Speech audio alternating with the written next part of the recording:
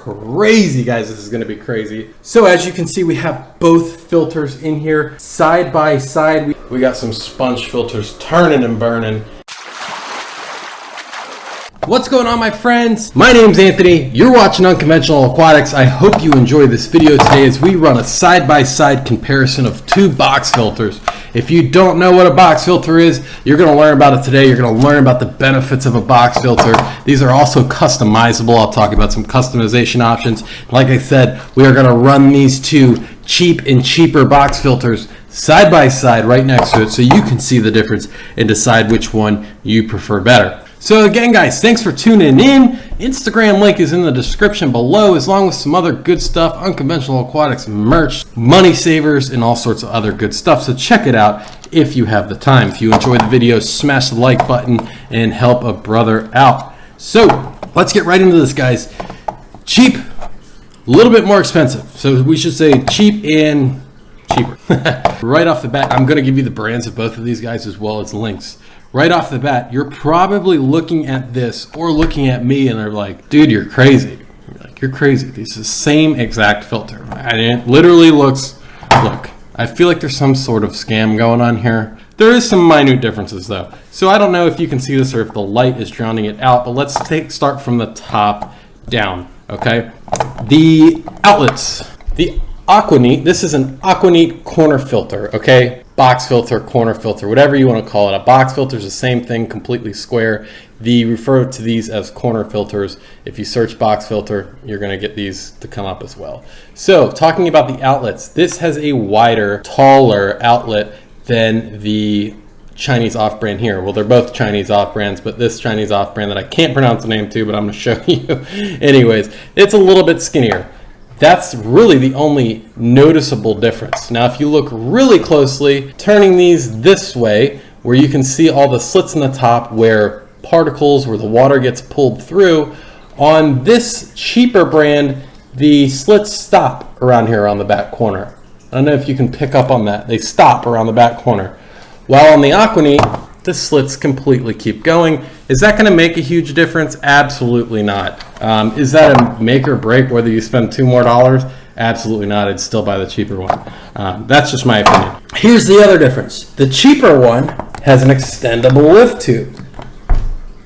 Cool, huh? That's pretty cool. While the Aquaneat just has this piece that comes off and nothing extends here. Does it matter, guys? No. I run mine all the way down.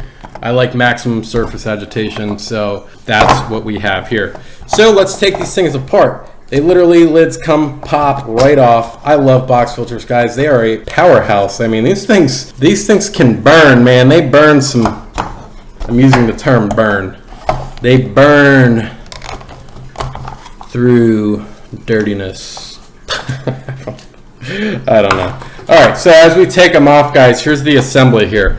The lift tubes, look at the bottoms. Literally completely identical, almost completely identical. This one, the Aquaneat right here has some like barbed pieces to help stay in a little bit better, while this one is mostly smooth. That's a little difference. Is that a make or break? Absolutely not. They literally look identical. So that's our two tops. Now going into the stacking here, our first 3 layers of foam. Literally, guys, look like they are cut from the same sheets of foam. On top, this is like that cheap foam that comes in like a Sun canister filter that usually falls apart after like a month or two. That's not even a big deal anyways, because we're going to talk about how we can modify these things to save yet even more money on filtration. Then we have some fine, super fine foam. Literally looks exactly the same, like it's cut out of the same piece. And then we have a coarse foam here. I'm already thinking of different ways I would modify this, but it's completely customizable. So now you have 2 empty chambers. So we literally haven't seen any difference.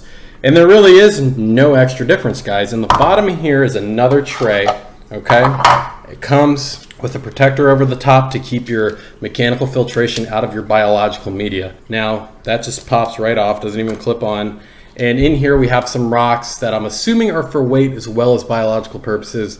You can see some bio rings in here. Now, this is where customization comes into play. Say you're running a guppy tank or something that needs a pH boost.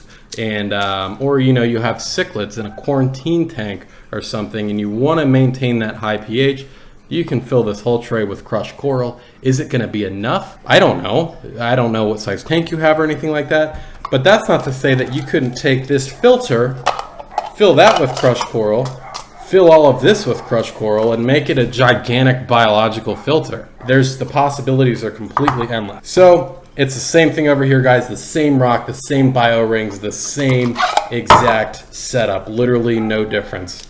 So you see the customization there.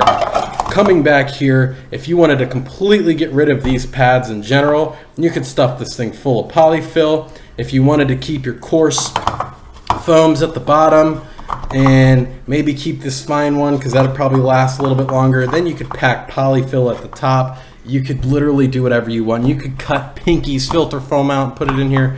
That's how customizable these are. They go back on, guys, the same way. Let me turn these top ways so you can see. Perfect little slits cut out. Pretty much common sense putting these guys back together. It snaps right on. Well, it wasn't common sense enough for me to remember to put the top layer back in, apparently. But they just snap right back in, guys. And you connect your tubing that way.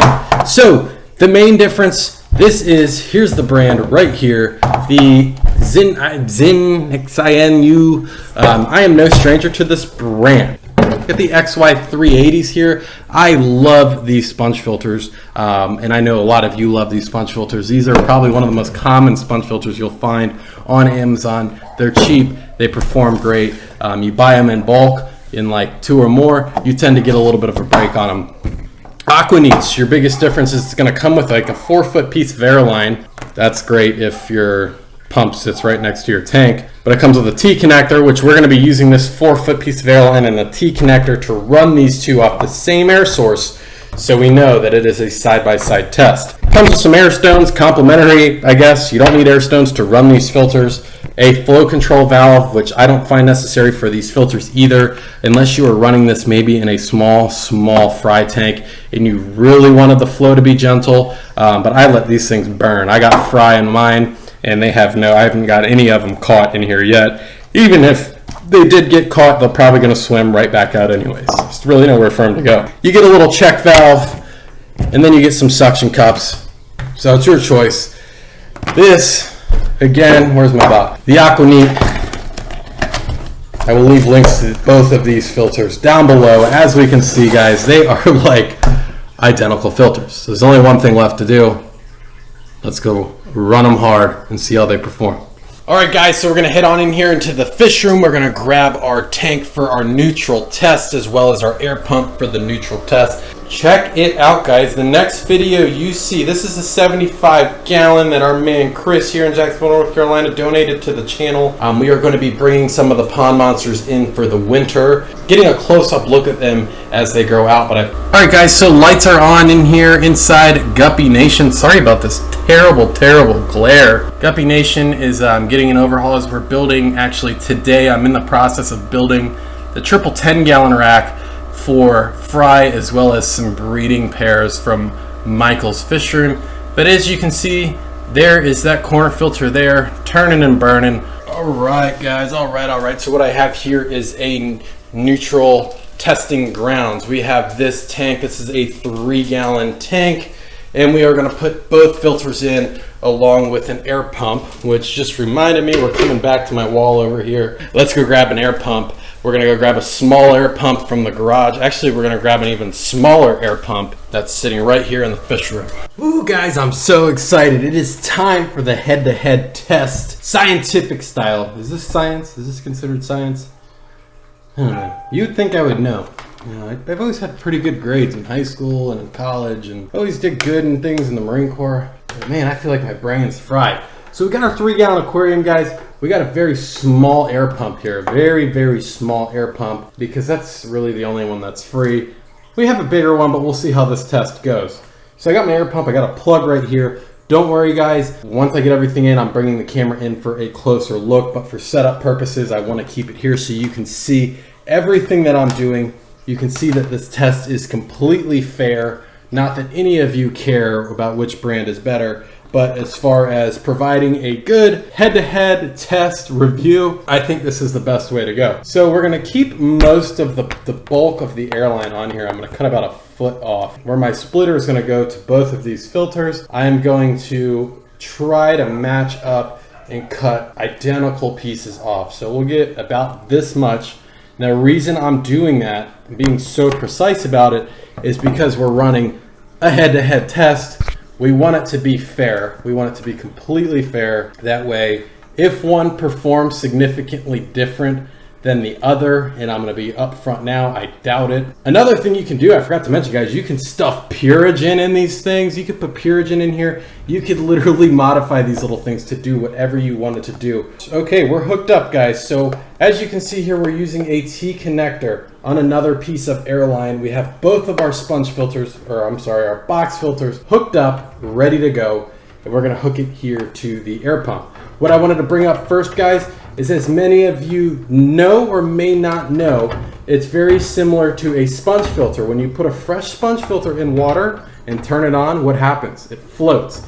These will float. You have to submerge them. See all the air coming out. And then oftentimes, guys, which these look like they're sitting pretty solid, but you'll see like my other ones sometimes get a big air pocket inside, and I'll have to grab the filter, rotate it, get that air pocket out, and we're good to go. It'll sit pretty much right where you put it. So as you can see, we have both filters in here. Side by side, we have the Aquaneat on the right, which I don't know if that's backwards or whatever. Aquaneat, Xinu, whatever, Xinu, and that's that. So let's take our end here. Let's plug it into our air pump. Let's fire this side-by-side test up. This is gonna be great. Look how exciting. I'm bringing you guys in for a closer look. We may get a harder hitting air pump on these. Bringing you in closer, as you can see, Aquaneat on the left, the other Chinese off-brand on the right. Not hardly any difference at all. Honestly, the cheaper one seems to be pushing more bubbles out of the top than the Aquaneat. Take a look at the agitation on top. You know, this is a weak pump, guys. Tiny, tiny pump. Let's go get a new air pump. As we can see here, no significant difference between these two filters with the small pump. I went in and got what is called the Tetra Whisper pump. So let's hook everything up to the Tetra. So let's unplug this guy here. Let's go on with test number 2, guys, with the Tetra Whisper air pump. A lot more powerful than this little guy here. A lot more power right off the bat, I can tell you that. So we have the Tetra pump, as you can see, running this thing now. I think the cheaper filter is outperforming as far as surface agitation and just overall draw. It looks like the Chinese off-brand, which is on our right here, is outperforming. I don't know, what do you guys think? Not much, really much of a difference at all. So guys, there we have it. Our test is pretty much complete. They perform about the same. So really, I don't know, go with the cheaper one unless you want some airline and some complimentary air stones from Aquaneat. Unconventional Aquatics signing out. Thank you again for watching. Smash the like button if you enjoyed it. Smash the sub button if you want to see more. Next video, guys, some of the pond monsters are coming inside into the 75-gallon for a close-up look. Some awesome feedings. Stay tuned. I love you guys. Thanks for watching. See you next time.